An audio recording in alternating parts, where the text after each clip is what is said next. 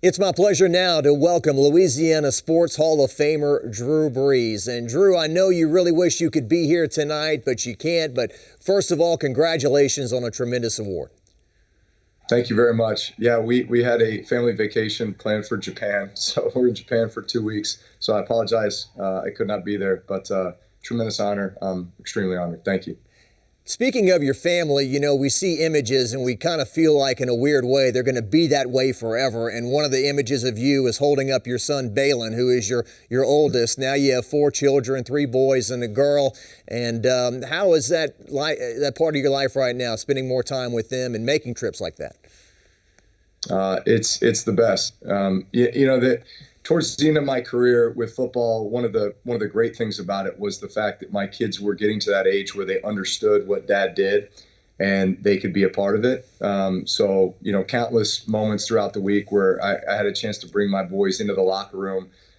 They had the opportunity to just kind of be a part of my weekly routine, but also kind of be around some of the their idols and the people that they were looking up to and that they were able to watch on Sundays. And they were really into the games too as well. But there was also that draw for me, I think, as they got older to just be at home with them more and to be a part of all the things that they had going on, all of their activities, And so for me, retirement has been coaching my kids in just about every sport you can imagine. My favorite thing in life is to watch them play with whatever they're doing. My daughter loves gymnastics. I love just taking her to gymnastics practice and sitting there and watching her interactions with her teammates, just watching her, really kind of focus and lock in on something that she's really passionate about. So that's really been what retirement's been for me thus far, along with a lot of other business stuff and objectives with our foundation and just staying very, very busy. But I do miss the structure of football a little bit. Football provided that, like down to the minute, structure and habits, each and every day. So it's a little bit of the Wild West at times with 4 kids around the house, but it's fun. Drew, you were a Texas kid who then played at Purdue. You came to Louisiana in 2006, and a special relationship and a special bond was formed. Like the Green Bay Packers, the Saints, a pro team, so to speak, with a college atmosphere and a college connection. What was it like playing in the Superdome and playing for the Houdat Nation? It was unbelievable. Yeah, and it's funny how life works out because I never had any exposure with New Orleans. Didn't know much about it. Even when I was coming out of college at Purdue, going into the draft, there was a ton of possibilities as to places that I would end up. And New Orleans, wasn't one of those, so it was never really a topic. And so I get drafted by the San Diego Chargers in the second round. And quite honestly, thought I would be there forever. I think that's your goal when you get drafted to a place is not that, hey, eventually I want to be going somewhere else. It's, hey, I'm being drafted by this team. They're investing in me. And, this is where I plan on, staying and winning a Super Bowl. And man, I went through a lot my first 5 years with the San Diego Chargers. I was benched 3 times. I had to basically win my job, over and over again each and every year. He was constantly competing for it with either Doug Flutie or Phillip Rivers. And so finally, I felt like I'd kind of reached that point where I had proven myself finally, and I was going to get the opportunity to be the franchise quarterback there. And then the injury that occurred in the very last game of the 2005 season, going into an offseason where I didn't have a contract, and quite honestly, wasn't sure if I'd ever play football again as a result of that injury. And so that's what brought me to New Orleans, and to sort of think of the sequence of events that just, got me to a place where I was going to have the opportunity to come and play for the New Orleans Saints. I could not imagine a better place to play football or a better fan base to be able to play in front of. To your point, it is kind of like that college atmosphere of the fans are just so invested and they love the team so much. And it is just such a part of the fabric of the community. And you feel that very quickly. And I've always felt like our connection between our team and the Houdat Nation is really the example for professional sports across the world, as to how a team can be integrated in the community in such a special way. Couple of teams I'd like to talk to you about, Drew, that you played on. Let's start right with 2006. And I don't know if I've ever had as much fun, even with the Super Bowl team in '09, covering a team. Everything was fresh and new. This wide receiver wearing number 12 named Marcus Colston. Who's this guy? And all of a sudden he's a star player. Reggie Bush and Sean Payton and all this freshness and all those big wins. What was that first year like? 2006 was was such a unique year because here we all were coming in and to New Orleans for the first time, trying to, many of us coming from situations where, hey, I'm coming off the injury, right? Scott Fujita was I think he was the first free agent signing and obviously became such an integral part of our defense and such a tremendous leader for our team. But, he'd gone from Kansas City to Dallas where he didn't get much playing time to all of a sudden to New Orleans. It was like, because nobody else wanted him. And there was quite a few other guys like that. Like just to think about how we pieced together that roster through trades, through acquisitions, through this and that. It was like all of a sudden you just brought together kind of this motley crew. And, if you recall, we couldn't train at our home facility and then couldn't play in the Superdome until September 25th. So really there was this period of time where it was like, man, we were, at Millsaps College, in Jackson, Mississippi for 5 weeks in like the hottest conditions I think I could ever imagine, right?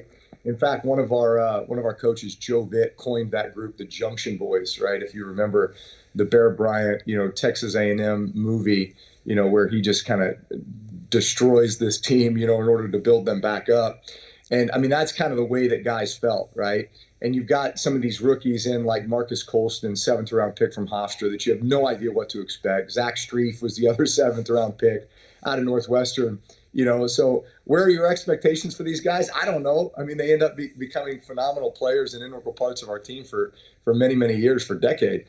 Man, I look back on that time and it was crazy. Literally when I say it was like, hey, let's just try to survive each day, like one at a time. And Sean Payton was on a mission. He was a Bill Parcells disciple. So he came in with this hard-nosed, tough approach. Like, we are going to be a tough team and I'm going to break you down in order to build you back up. And man, we're setting the expectations right away. But I remember going through the 2006 preseason, where we play the Titans, then we play the Cowboys in Shreveport, then we play the Colts in Jackson Memorial Stadium, and we get absolutely waxed in these games, like to the point where we're wondering if we are going to win a game in 2006. And then all of a sudden we start that season and we go up to Cleveland, and thank goodness we started the season with Cleveland. They were got that organization that, maybe had a similar reputation. But we beat them 19-14. And then we go up to Green Bay, who was a powerhouse, Brett Favre quarterback. We get down 13-0 right away. And then we come back and win that game. And then that set up the reopening of the Dome September 25th, 2006 against the Falcons, and Steve Gleason block punt. And that set us on this course for, man, I really don't know how good we are truly, but I know this, like, nothing can stop the heart of this team and of this city and of this community. And like, we're all doing this together.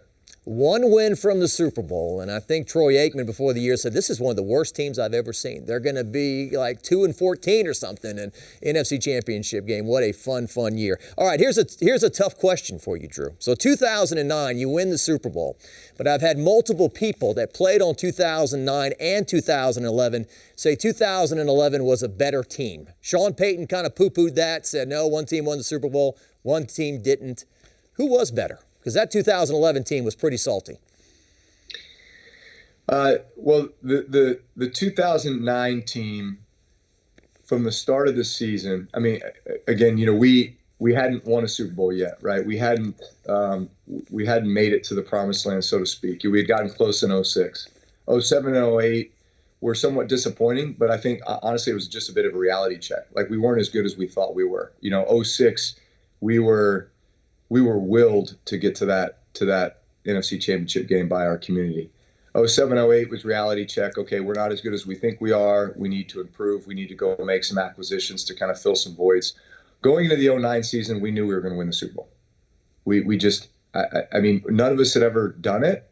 and yet we knew we were going to win the Super Bowl. I mean, I remember having these, leadership captains council meetings with guys like Jonathan Vilman and Will Smith, and us just looking each other in the eye and saying, we're gonna like every day in practice is going to be an absolute battle between the offense and the defense, and I'm going to hate you for a couple months as we go through this, but we're going to come out on the other side of this knowing that there is no challenge that we can face that we can't overcome, because we've been going up against the best of the best every day. And we set out on this course that, man, we know what it looks like to get there. We also know kind of the struggles of 07, 08, and now we're going to go win the Super Bowl. And sure enough, we did. Started off the year 13-0. It was an incredible run.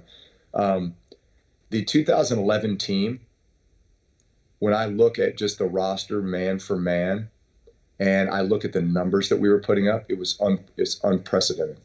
It's unprecedented. I think definitely the most maybe talented from top to bottom, and like I thought we were equipped to ready to go win that thing too. And unfortunately, we fell short in the divisional round in San Francisco, which I don't know if you remember that game. It was one of the craziest games in playoff history. Certainly a game I think we should have won, and that was a Super Bowl caliber team, no question. Well, Drew, congratulations on a fantastic career. Congratulations for being a Louisiana Sports Hall of Famer. Hopefully I can speak for everyone in Louisiana who said when we went to the Superdome, 80-90% of the time we left happy. And a big reason for that was number 9. So thanks for all the great memories. Greatest fans in the world. Who Dat Nation. Love you. Thank you very much.